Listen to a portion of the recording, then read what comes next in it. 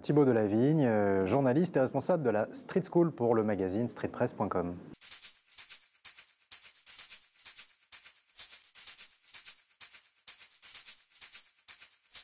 Je pense plus que jamais, oui. C'est une génération qui est née dans le numérique, qui est née dans les réseaux sociaux et c'est tout l'enjeu d'ailleurs des rencontres de Cannes cette année, de voir qu'il y a un tas d'acteurs, qu'ils soient étatiques ou corporatistes, qui tentent à brider ces libertés. Mais je pense que la jeune génération a soif de s'affirmer, a soif de changer les choses. Finalement, comme les générations d'avant, il n'y a aucune raison que ce soit complètement différent.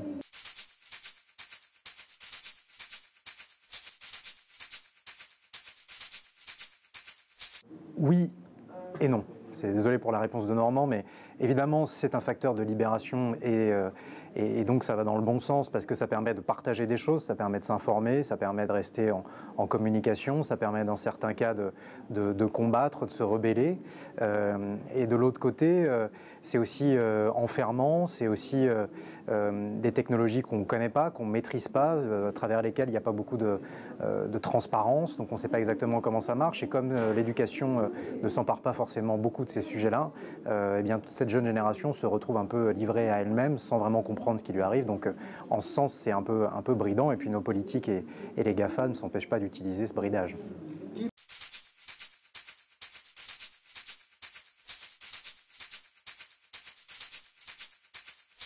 Moi, je pense qu'il y a un phénomène d'autocensure qui est lié à l'individualisation.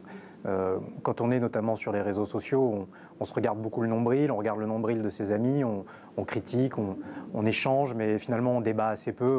On est dans une position où on impose son point de vue et toutes les questions liées à la liberté d'expression depuis 5 ans, pour moi, sont intimement liées à ça. En fait, c'est la notion d'altérité qui est en péril. Et on a du mal à accepter que l'autre pense différemment et que son point de vue ne soit pas le point de vue absolu. Et en ça, je pense que la liberté d'expression pâtit de cet état de fait. Après, d'un autre côté, il y a beaucoup de gens qui disent beaucoup de choses. Donc en ça, la liberté d'expression fonctionne encore. Et il y a encore des gens et beaucoup de gens qui se battent pour qu'elle existe et il n'y a aucune raison que ça disparaisse. J'espère en tout cas.